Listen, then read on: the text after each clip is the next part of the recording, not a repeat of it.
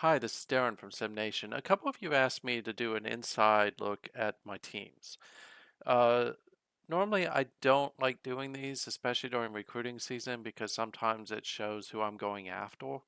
But I'm going to go ahead and do it anyway. So I'll start with Maryland.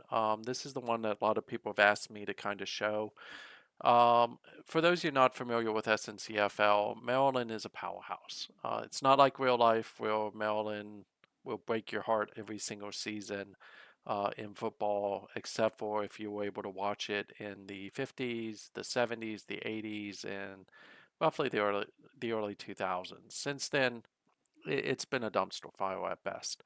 Um, this Maryland squad has changed over the course of its history. When I first started the league, Maryland was not one of the better teams in the league, and if we look at the history, that'll kind of bear it out, right? His first season was a heartbreaker for me. It was 4-8. I was fortunate enough to be able to watch what Doc and Lowell and Skelter and Frankie were doing, and then I started to fashion some teams that were doing quite well. But as you can see, I struggled even then because Lowell was in the Big Ten and Ohio State just dominated. Also, I was one of the lowest prestige teams. And back then, it was really hard to get prestige until you got to a certain level. Uh, Doc was at the University of Alabama. Doc is the person who taught me how to run the ball. So I still use a lot of the tenets of what I learned from Doc. My passing game really actually was formed more from Zombie, who at the time was at Texas Tech. So, but I did incorporate some things I saw Frankie doing. I incorporated some things that I saw Skelter doing. Skelter kind of honed my rushing attack. Inside our league, Skelter is probably one of the best rushing coaches there is. Matt is up there with him. Matt being at Clemson, Skelter's at Oklahoma State and Louisiana Monroe. But very few people can hold the torch to Skelter. He is really good at building rushing attacks. Most of the people in the league who are in the top 10 come out of one of his programs. But as you can see, it took a while before I started to get Maryland into a place that they were winning a lot.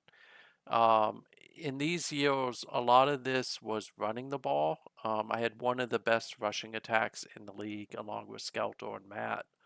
And then I had to suddenly start making changes because I got to this point and I started to lose.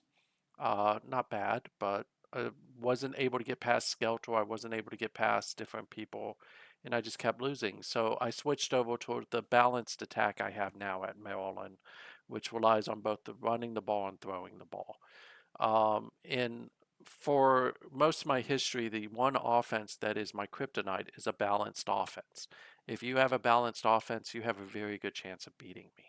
Now, as you can see, I don't lose very often. If I do lose, I normally lose in the playoffs, which is a far cry from way back when Lowell would just beat the hell out of me all the time. Most of my losses were typically to Lowell or were to Doc. I did lose to Skelter, I did lose to Frankie, I did lose to Gary, um, but in general, um, the offense I run now is the actual offense that is my kryptonite. And because I run it, I've learned how to defend better against it.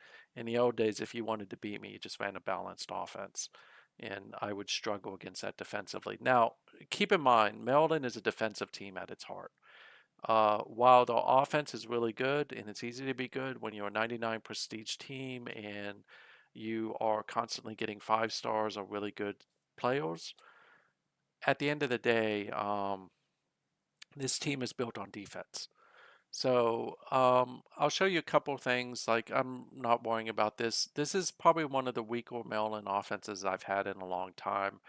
Early is my quarterback. On paper, he looks good. In reality, he struggled throughout this whole year to get the system right. Logsden is actually my running back, but he's been hurt. So if you look at this, a lot of people have asked me why pick Logsden over Beverly, over Kruger, or over Grossman. And the main reason why I do is the 83 strength. He's got high agility, he's got high strength. 87 speed is good enough in this case. He's got good skill. There really isn't if I was going to have someone who was going to be his backup, it'd be Beverly, because Beverly has good speed, but he doesn't have good hands. I don't like fumbling the ball. Now, I am struggling this year because Logsdon is fumbling the ball, and he really shouldn't be, but shit happens. Um, my receiving core is actually pretty good, which is why I can get away with throwing the ball because, as you can see, almost everyone in my receiving core has a 90 speed. All of them have pretty much over 80 hands, and all of them are highly agile and have good skill. This may be one of the better receiving cores I have had in a while. It's a shame that I don't have a really great quarterback to throw the ball to them. My tight ends, I go after speed tight ends. I will convert a tight end in a heartbeat if I want to. Like Crowder, I think actually was a wide receiver. But as you can see, I have speed and I have hands in this as well as I have strength. And then my offensive line, I go after balanced people. I want to have 80s in both pass and RBI. Uh, I don't want to have just one be bigger than the other because I do want a balanced offense. I need to be able to, I need them to pass block and run block. On defense, my defensive strategy is a simple one. I want pressure on the quarterback at all times, and I want to be able to defend against the run. So the way I do this is I have typically very fast, very strong outside ends, and then I have strong interior linemen who can eat up space. Um, so in real life, I think he went in the fifth or sixth round today. Jordan Phillips is a perfect guy for me. Jordan Phillips was a transfer out of LSU. He had a really good year at Maryland. You don't really hear about him a lot, but what he does do is eat up two offensive linemen that have to block him, which then frees up linebackers and the defensive ends to get into the backfield. That's my ideal defensive tackle right there. So if we look at the defensive tackles, what you'll quickly notice is I do have speed, but I don't focus just on speed. I do care more about tackling. Unfortunately, I kind of whiffed pretty bad on some of my people last year, and you can see it. These guys are converted. They're not actual defensive tackles. I moved them from other positions. Um, but I do value strength within the defensive tackle. Strength and tackling are the two things I care the most about, as well as skill.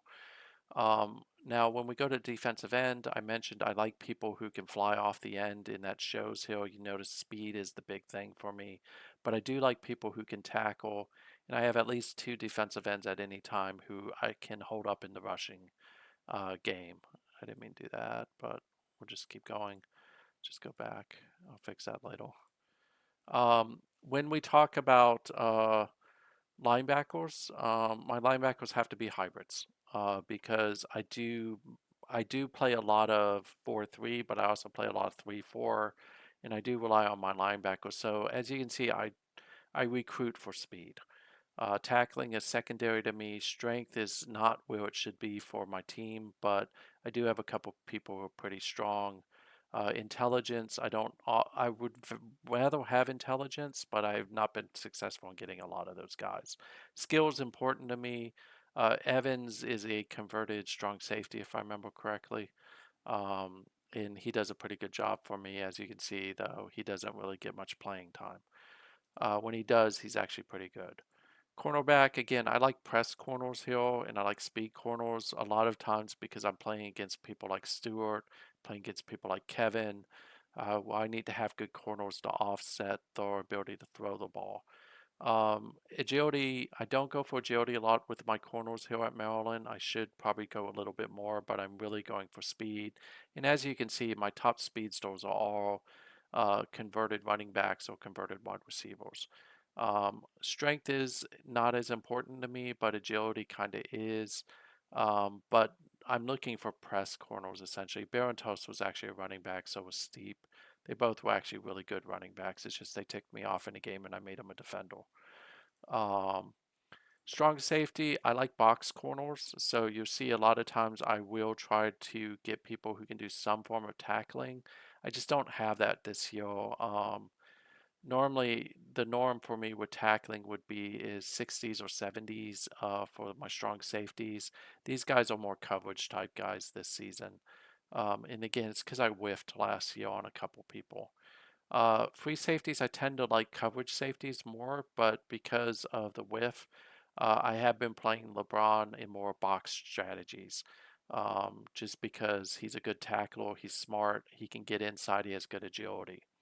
I'm not going to talk about my kickers. I prefer kickers who have distance and accuracy, but if I have to favor one, I normally go for accuracy over distance. So that's my defense. Strategy, I run different play sets. So what you see here is what I used against Rutgers. I really didn't change my run pass weighting. You won't see me change it much during the season at Maryland. It's normally 40s and 70s and 80s. Now that I've shown you, I'm going to have to change it. But DB 2024 is my balanced offensive book. Gary Hernandez offense is a new one I'm playing with to try to figure out just how to get early to be able to throw the ball. So it is what I did is I took, I had two games where I ran Gary Hernandez's offense. I exported it, then re-imported it, and then took all the plays out that I didn't like. You'll see me do that a lot. On defense, again, I did the same thing with Nestor Laney, where I exported his defensive playbook, imported, took out the plays I didn't like. Normally, I run shell R on running downs. I run shell P on passing downs. On passing downs, I tend to blitz at probably 100%. I may blitz at like 80. On running downs, I tend to blitz under 40. And if I know you're really running the ball, I'm going to drop it to 10. So game planning, Maryland is a conservative pass, aggressive defense. So as you can notice, I do the none a lot. A lot of people have asked me about why that is I want my coordinator to call the plays in my playbook. I don't want them focusing on one set of plays. So if I set focus to run, um, what they will do is, let's just choose this. They will start looking to see what matches. So focus, pass, man, coverage. If we go back to strategy, and this is something a lot of people miss, is if I were to set this to pass, I were to set this to man, I would set this to, I forget what it was, but I think it was coverage. This would go back and key on that first play. This would be the one of the plays it would call, but it would not call this one most of the time. So when you use game planning, if you want to call very specific plays, this is the place where you would do it, is in this. I set it to none because I want them to just play my playbook. I don't want them keying off one play. Uh, Player radio is typically the smartest person for me or the person with the most skill. I do match my DBs to wide receivers. I do balanced. I do all that stuff. I don't let my coordinators handle prep. I do that myself. Generally, I try to look at what you're calling um, based on your game logs, and then I match up against that. So if I see you calling a lot of medium passing, I'll do that. If it looks like you're doing a lot of balance plays, I'm going to choose medium passing. When I play certain people, I do switch this to long. If I play Skeletor, I normally either switch it to inside or outside running. And then when he beats me, it's because he's figured out I'm trying to do something like that and he just throttles me. Not a lot of formations here. I do have a run package. I do have a pass package. I did a video for this on WWPF with the Pittsburgh Steelers. It's the same reasoning. Uh, I want I want good run blockers in on run packages. I want good pass specialists in on pass. I do the same thing here where my short medium is set to run, which means that I'm going to insert people with strength, tackling, and then on medium long, I'm going to insert people who are good at speed and things like that.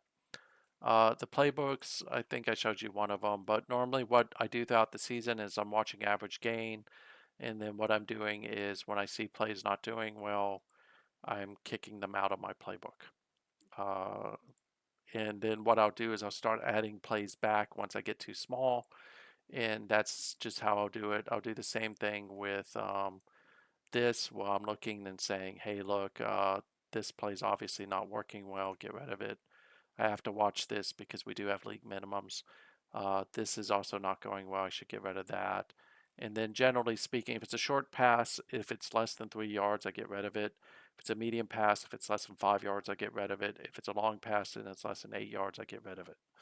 And I do the same thing on defense. Rushing, I won't normally allow any rushing play unless it's racking up touchdowns to be less than 3 yards per carry. So recruiting wise, despite popular opinion, I don't just recruit 5 stars. If you look at this, you see a lot of 2 and 3 stars. I recruit for the best player available. I don't care what star they have. Now, a lot of times it does work out that 5 stars are some of the best, but most of the really good players I've seen are in the 4 star that meet my system of a balanced. And I'm willing to do a trade off. Like this year, I lost out on the wide receiver I wanted, I lost out on the quarterback I wanted, but largely I have a lot of the people I want. Like Rocky Wright is someone who I'm pretty high on. I think he's going to be a pretty good passer. Now, I just don't know that he's going to be starting material, right? Ames, if you look here, he's really good. He's pretty fast. He can handle short, immediate routes. He can catch the ball. He's going to be someone that I'm going to be pretty happy with. So again, recruiting wise, don't get locked up on stars. Read the text of what it says about the people. Read it after you scout them too. And what you end up with is probably some really good players. But that's kind of an inside look at Maryland. Staff wise, of course, I have probably the best coach in the whole league, and Nestor Laney. The dude's 92 years old. He should be retiring soon. The plan is once he retires, Gary Hernandez, if he's still around, will probably take over for him, or I will just go out and find a better coach. It could be actually James Lopez. So that's it. That's an inside look at Maryland. Hopefully, this helps you a little bit. I'll do this with each one of my teams. If you want me to focus on something different, let me know. Thanks. Bye.